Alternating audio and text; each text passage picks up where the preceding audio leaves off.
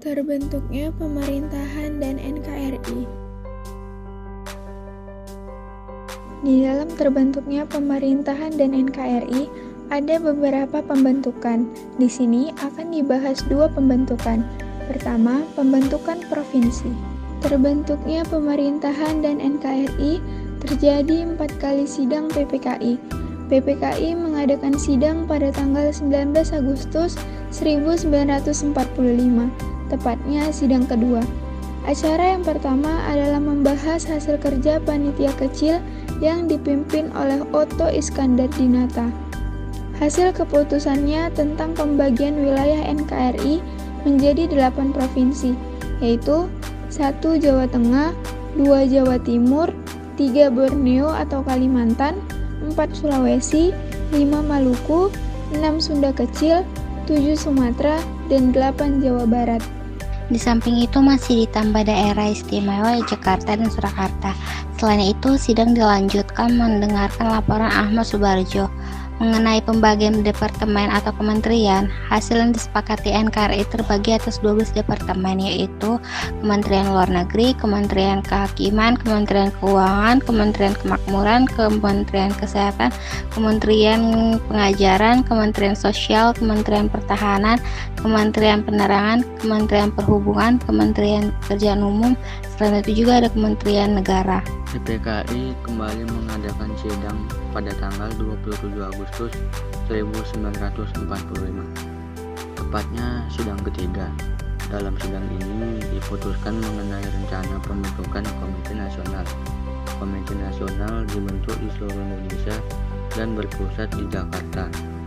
Tujuannya sebagai penjelmaan tujuan dan cita-cita bangsa Indonesia untuk menyelenggarakan kemerdekaan Indonesia yang berdasarkan kedaulatan rakyat. KNIP atau Komite Nasional Indonesia Pusat diresmikan dan anggota-anggotanya dilantik pada tanggal 29 Agustus 1945.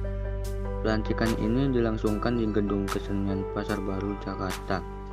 Sebagai ketua KNIP adalah Mr. Kasman Singodimedjo. Pada tanggal 16 Oktober tahun 1945, diselenggarakan sidang KNIP yang bertempat di Gedung Balai Muslimin Indonesia, Jakarta. Sidang ini dipimpin oleh Kasman Singodimedjo. Dalam sidang ini juga diusulkan kepada Presiden agar KNIP diberi hak legislatif selama DPR dan MPR belum terbentuk.